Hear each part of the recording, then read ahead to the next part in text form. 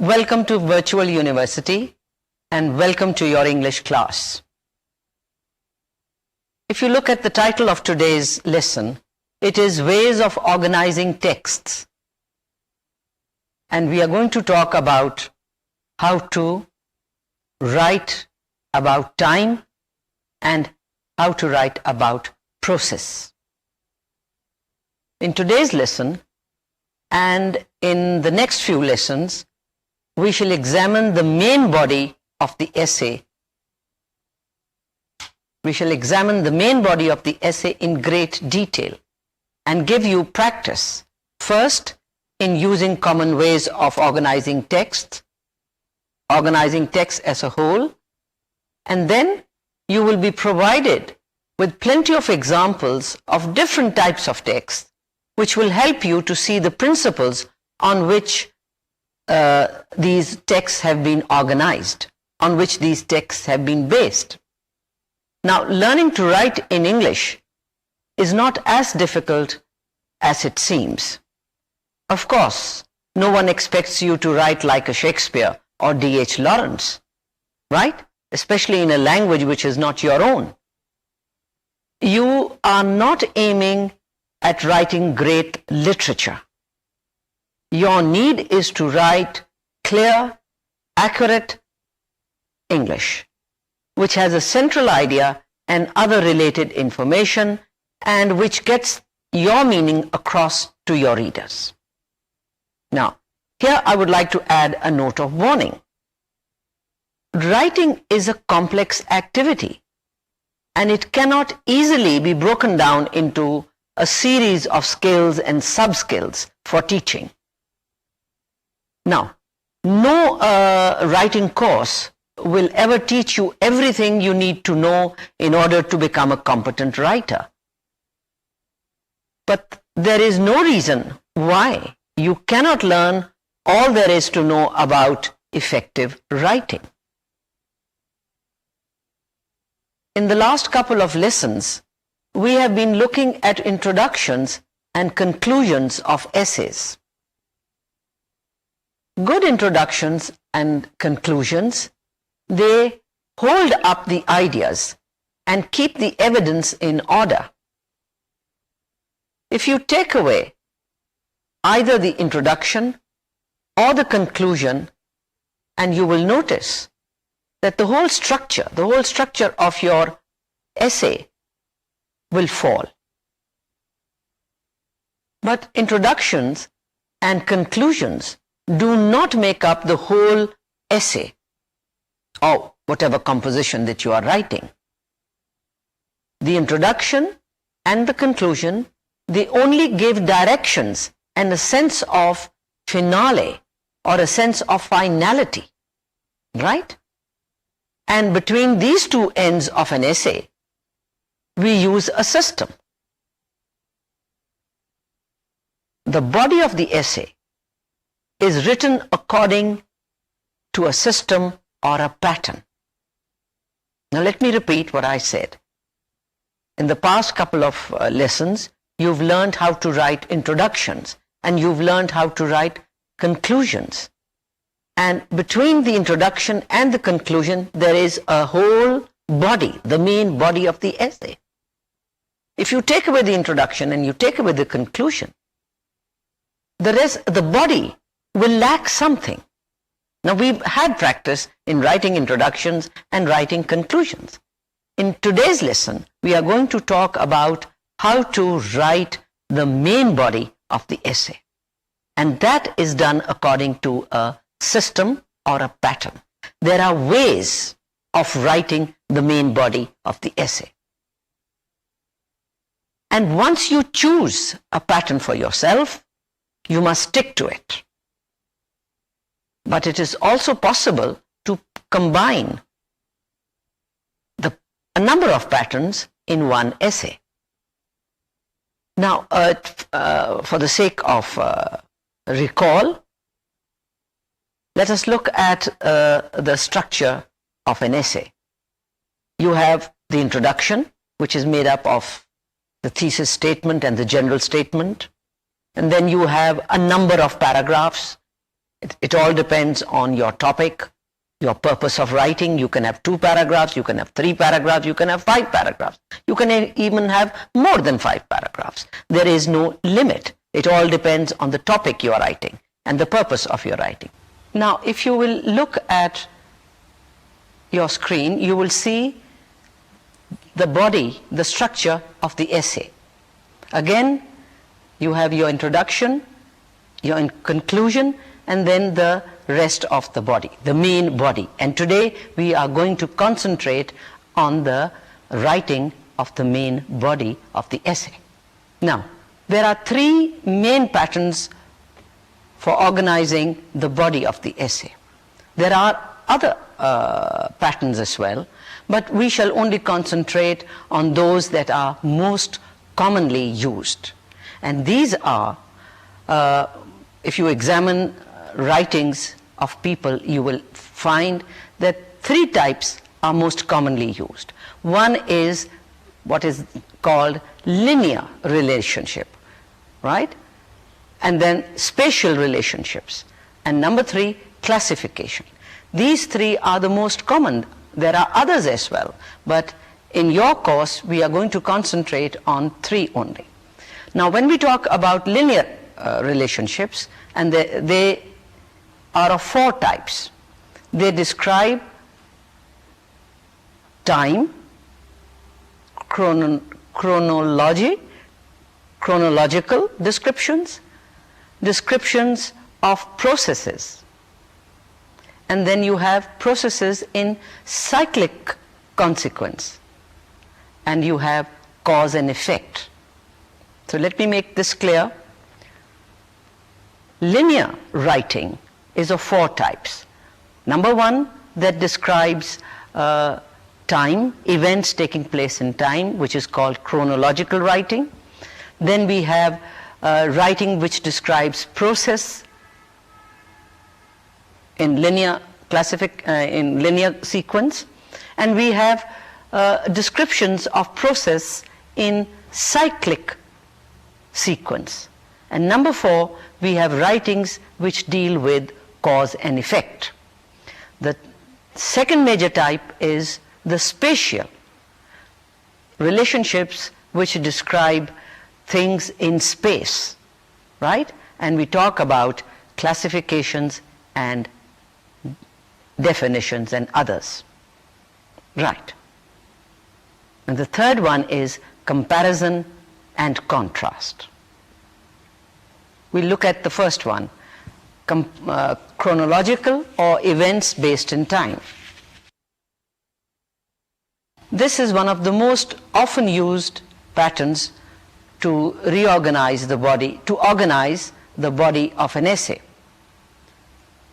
This arrangement begins with what happens first and ends with what happens last. This type of organization is very common in fiction writing, which is, as you know, straight narration. This type of writing, this type of organization is also used in autobiographical essays when you are writing about somebody's life story or your own life story. This pattern of writing is used in process themes and in history reports. Historians frequently use this pattern of organization. But whether or not you are a historian, you will occasionally want to describe a sequence of events in your writing.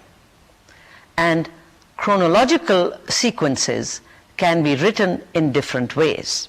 We normally think of time as moving forward in a straight line, and a chronological sequence follows this view of time.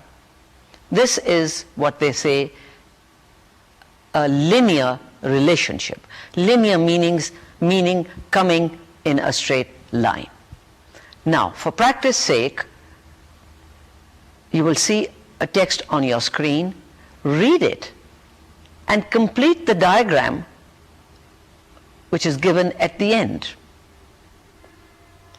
And notice the phrases or words that show chronological order. Chronological meaning time. There are some words or figures in that passage which show you the sequence in which the events took place. As long ago as 1779, John Frere, an English country gentleman, discovered at Suffolk several bones from extinct animals associated with Stone Age flint tools. He published his findings in 1800.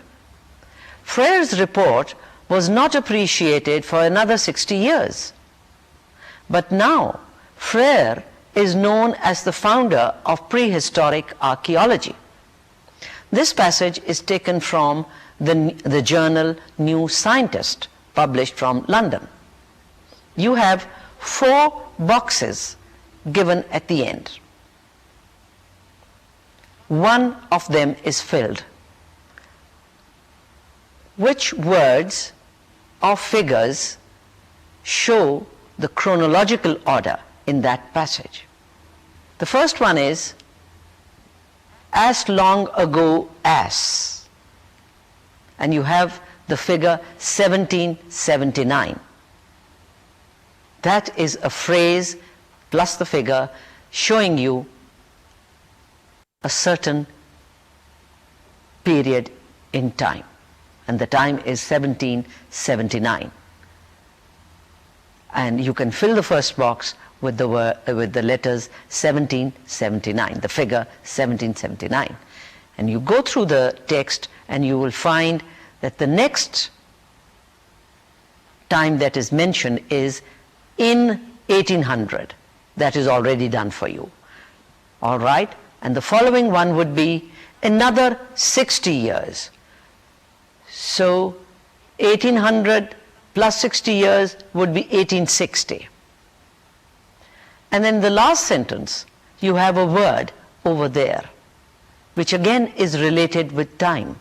And you can fill the 4th box with that word. And that word would be now. Right? So you have time moving from 1779 to 1800 to 1860 to now. And the phrases were as long ago as, in 1800, another 60 years, and finally the word now. Now that passage was arranged in chronological order, in a manner which showed how events took place. Now we will look at ways of writing chronologically. In our daily lives, we see time as moving in one direction only, and that is moving forward. What goes past us we see as history, because it appears to us that we are moving forward into the future. Now there is nothing that we can do to change our relationship to time. However, when we write, we can play around with time as we wish, and we can move the writing forwards and backwards in time according to our purpose in writing. I hope you've understood my point. Let me rephrase it for you. Actually, in real life, we think we are moving forward in time, right? But when you write, in writing you can play around with time. You can begin from the past, move on to the future, then go back to the present, then move forward. That is something that you can do in writing, right? Now, for the sake of practice, there is a passage in front of you on the screen. Read it and see which information or which sentence is not, there is something in that passage which is not in an acceptable order. The whole thing is in a chronological order, but there is one sentence that disrupts that chronological order. Quickly go through the passage the sentences are numbered for you, and you can spot the sentence, the information that is not in an acceptable order. You are familiar with this passage because this is from the history of computers, which you had earlier on in your reading sessions. Now look closely. The first sentence begins with in 1930, right? And then we move on. The next period in time is 1944, which is in sentence number 3. Move further down the passage and you come to sentence number 5, where it says another important advancement in computers came in 1947. Fine. And the last sentence, number 6, in 1946. Now there is the anomaly. There is what is wrong. Sentence number 6 should not be the last sentence. In fact, it should be in the place of sentence number 5. So what is marked as number 5 should actually be the last sentence. I hope you have understood what I meant by writing in chronological order. Let us look at another example. This example that you just now saw, the sample, this was of writing in chronological order. Now you will see another form of writing. It is also in chronological order, but in a different way. It's the story of a Kashmiri immigrant, a Kashmiri immigrant's story. In 1947, Ahmaduddin Butt, a poverty-stricken 20-year-old farm worker, left Kashmir for Pakistan. What the future held in store for him, he did not know. However, he did know that it could not be any worse than the past. He had grown up during the cruel rule of the Dogras in Kashmir and had known what it was to be hungry and jobless.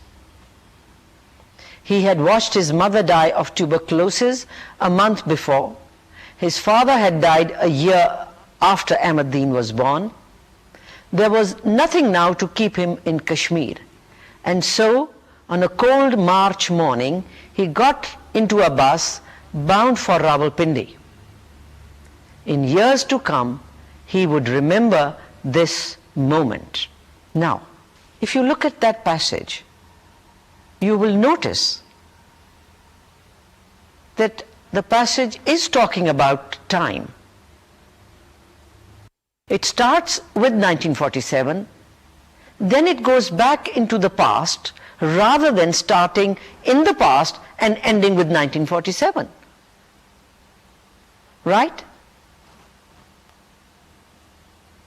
Now, this use of unexpected time sequence, this was an unexpected use of time sequence. It allows the writer to show the relationships between events which are more strongly, it allows the writer to show the relationships between events in a more stronger fashion. And it enables him to make the text more dramatic. Now, if the text were in the expected sequence, had this text been written in the expected sequence, what verb tense would you expect to find used? Because the writer is writing about, he's going back to 1946, 47. So he should have used the past simple. But you find that the writer keeps moving. He uses two kinds of tenses. Which of the tenses are used in the text? Is it present, present perfect, past, past perfect? If you look at the screen, the text again, you will notice the writer uses the simple past and the past perfect. Now, the writer of this passage, he develops an unexpected sequence because he wants to highlight the fact that Ahmaduddin Butt was forced to leave Kashmir for Pakistan. The way his leaving is highlighted, it captures the reader's attention and makes the reader want to find out why he was leaving and why he was poverty-stricken. In general, writers use unexpected chronological sequences when they want to emphasize something other than time. Did you get the meaning? Why is the writer using an unexpected chronological sequence? Writers do such things because they want to emphasize something other than time. So the moral of the story is, in order to emphasize, even if you are writing in the chronological mode, even if you are using the chronological order, the writer has the liberty to use an unexpected time sequence.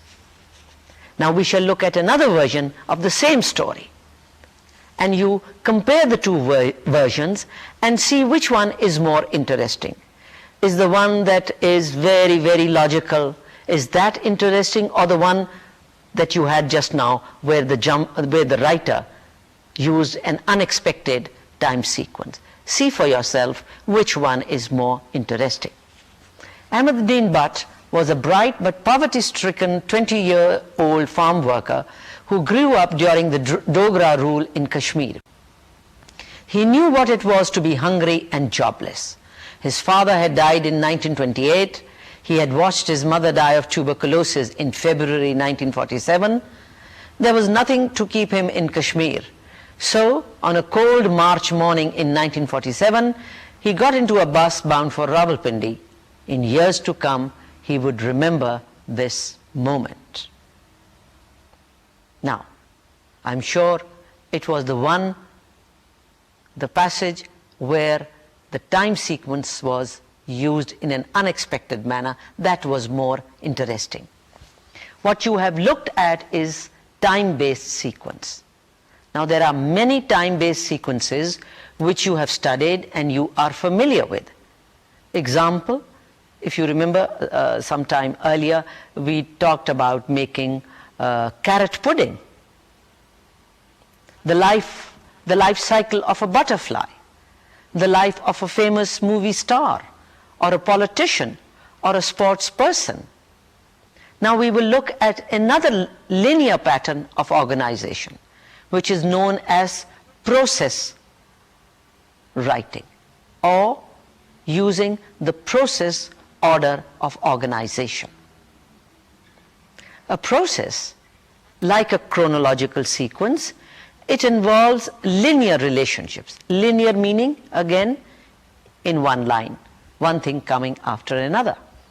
Now again, like chronological writing, we think of time, we think of processes as moving forward in a logical, step-by-step process.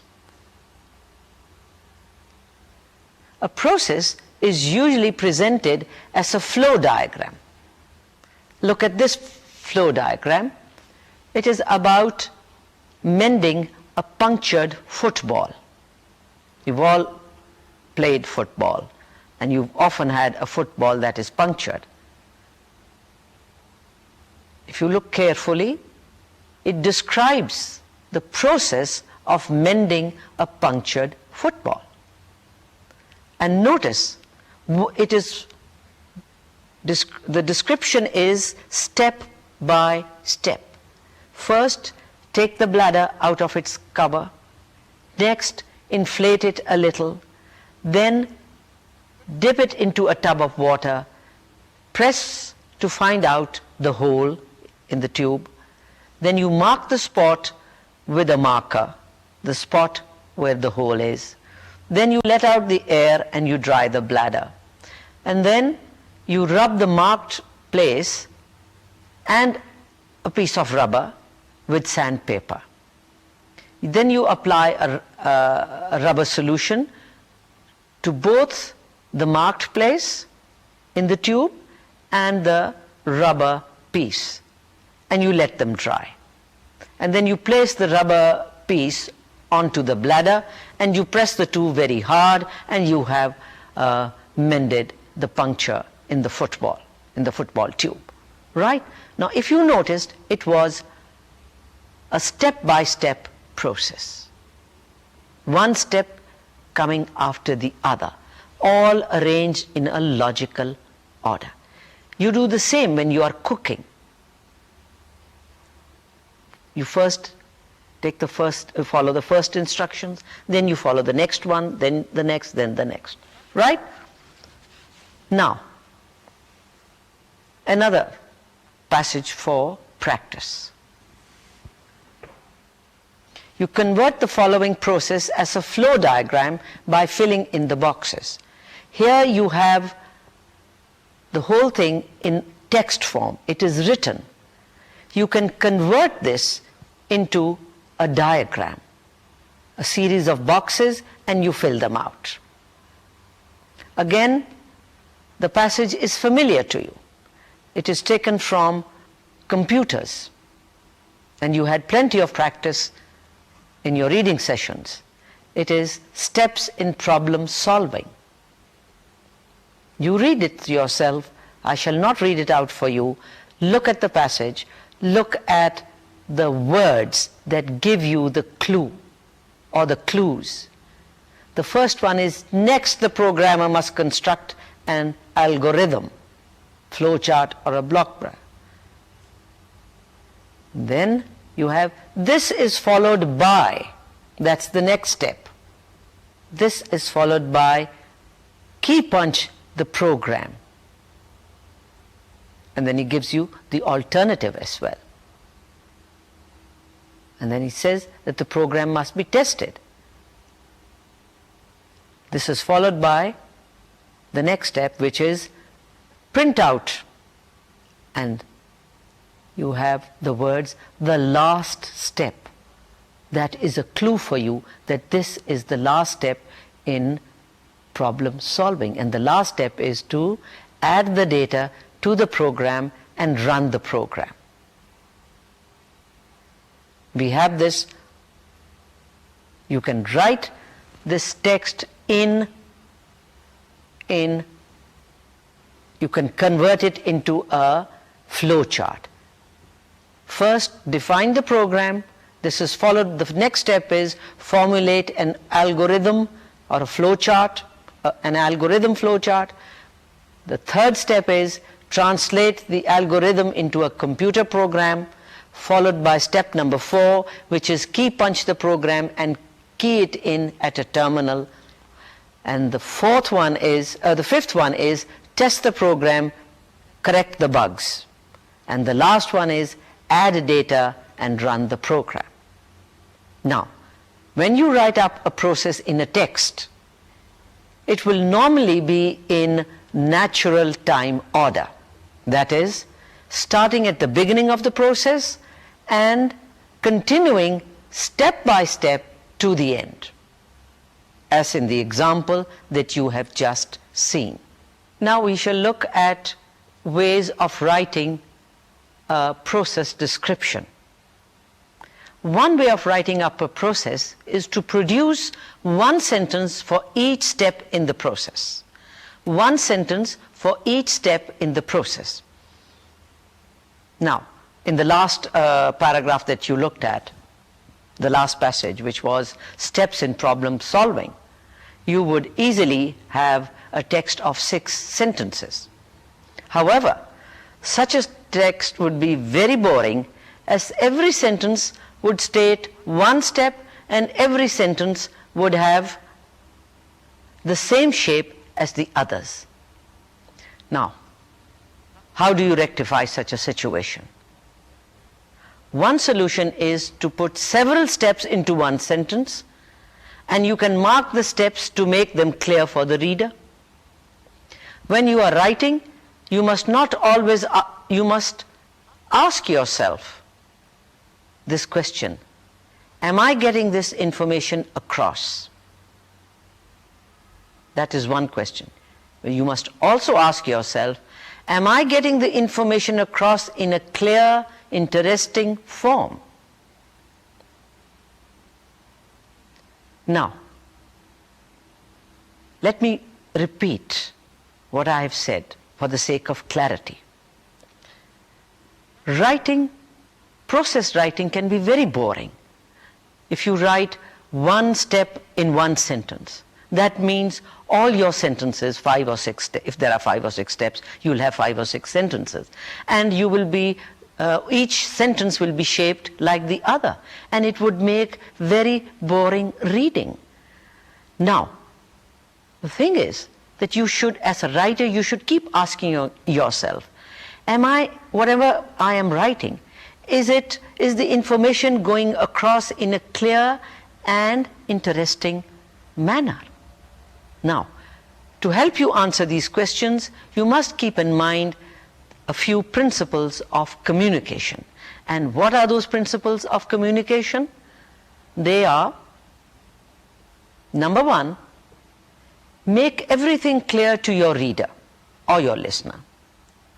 In our case, since we are dealing with writing, make everything clear to your reader. Number two, your reader does not need to be told everything. Don't assume that he's a fool. You assume that he has knowledge of the world. So, number one, make everything clear to your reader. Number two, you don't have to tell your reader everything. Now, to check whether you have been successful in conveying information about a process, your choice of transition words will be important. Words that convey a sequence, such as then, next, after this, they make the sequence in a process very clear.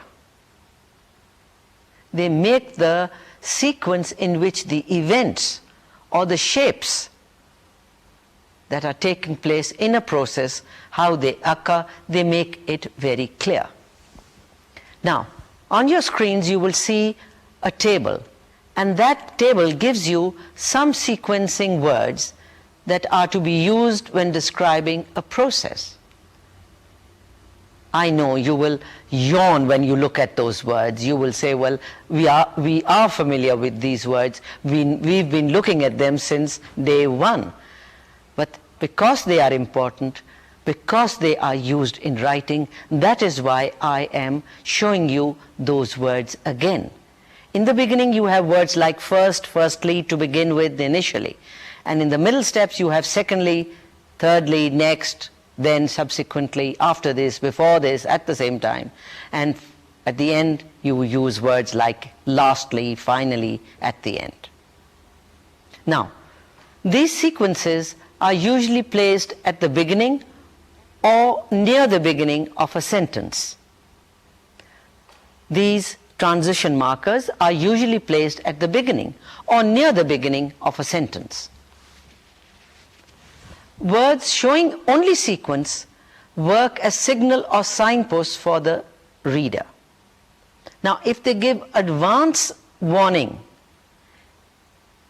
of the relationships being used, it is up to the writer to decide which sequencer, which sequencing word to use to make each step of the process clear.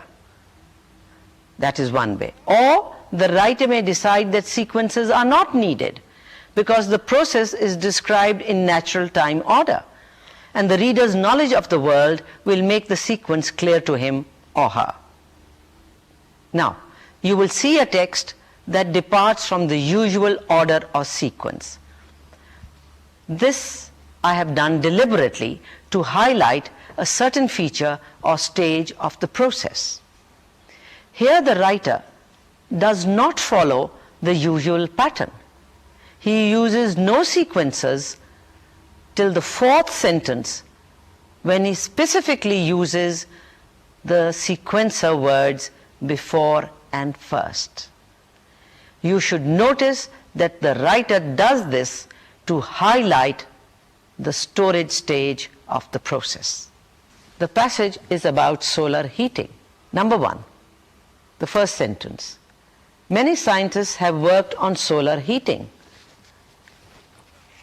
Number 2, one such attempt was made in 1949 when a house was designed which was heated by using the energy from the sun. In this house, energy from the sun was absorbed by a large area of blackened metal sheets which were covered by double plates of glass. The air circulating behind the metal sheets carried away the heat.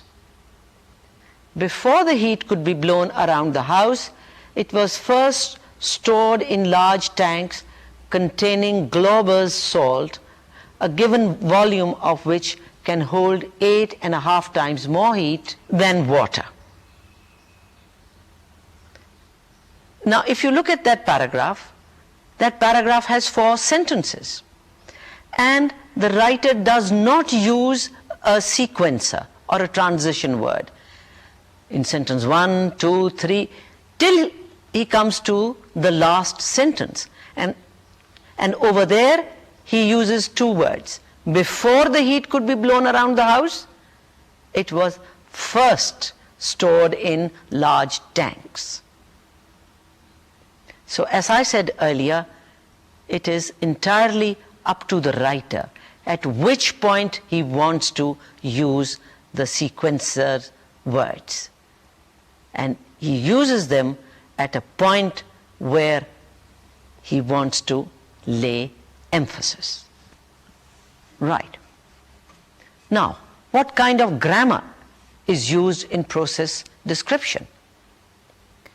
When writing a text about a process, usually the present simple tense of the passive voice is often used. Now, this is especially true in objective scientific descriptions. In scientific descriptions, who does the action, that is the agent, is not considered important enough to be mentioned, or where there is not a specific agent or order or doer, right? In objective scientific descriptions, the doer is usually not emphasized. Also, when a description of a process is given, it is usually assumed that the process will be the same no matter who does it. And it is the passive voice which is usually used, as it allows the choice of not mentioning the agent of the action. But even here, sometimes, for the sake of clarity, an agent has to be stated.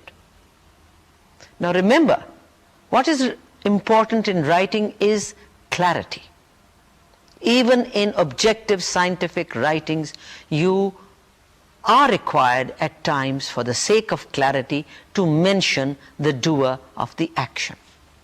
Now we shall work at a number of sentences where you will have to state if there is an agent or not in that sentence. Practice, another practice session. You have a number of sentences. Sentence number A. Rice is harvested out in the fields. In that sentence, is there an agent? Is the person doing the action of harvesting mentioned? No. In that sentence, there is no agent.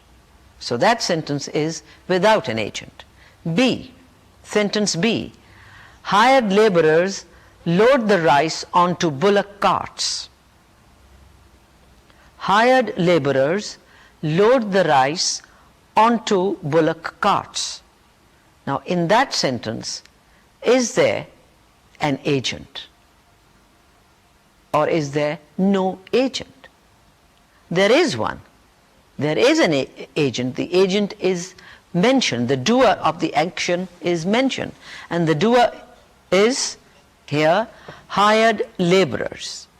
Sentence C, the cart drivers bring the rice to the factory. The cart drivers bring the rice to the factory. Now, is there an agent in that sentence? Or is there no agent? There is an agent, and the agent is drivers. Take sentence D. The laborers put the rice into the threshers. The laborers put the rice into the threshers.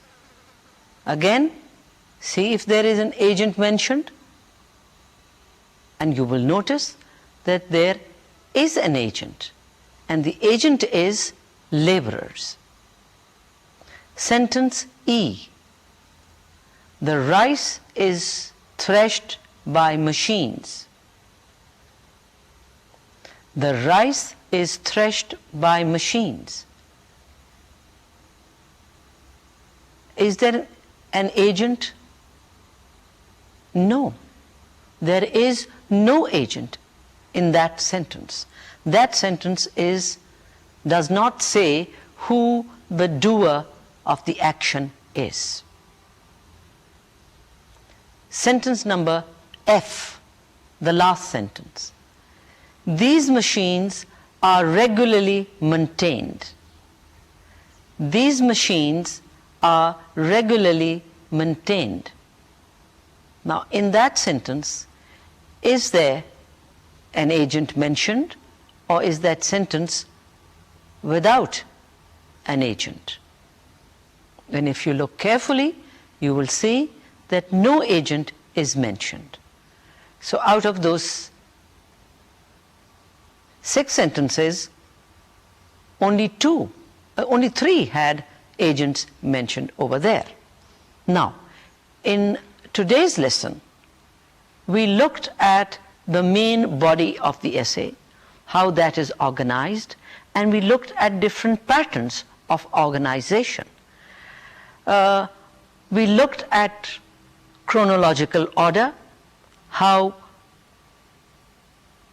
writing can be organized according to time, according to a sequence, one event taking place after another, and we even looked at samples of writing where an unexpected sequence of time was followed. And we learned that that was for the sake of emphasis. Writers can break the rule, and they needn't write in a chronological order. They can move backwards and forwards. And the next pattern that we looked at was writing for a process. And over there, you noticed that it was a step-by-step pattern of writing. One step followed another. Sometimes we even looked at a sample where we saw that the writer uses right at the end, in the last sentence, he uses words to show. He combines a number of steps in one sentence. And the third thing that we looked at was cyclic, which we are going to look at next time. But the third thing that we looked at today was the use of the agent, the tense. How, when writing processes, writers usually write in the passive voice, because it saves them the trouble of mentioning who the doer of the action is. And you looked at different samples, you looked at sentences in which there were no agents. And with that, we come to the end of today's lesson. Next time, we shall follow cyclic writing. We will continue with patterns of writing, how writing is organized according to different patterns. Next time, inshallah, we shall look at spatial and cyclic forms of writing. Till then, Allah Hafiz. See you next time.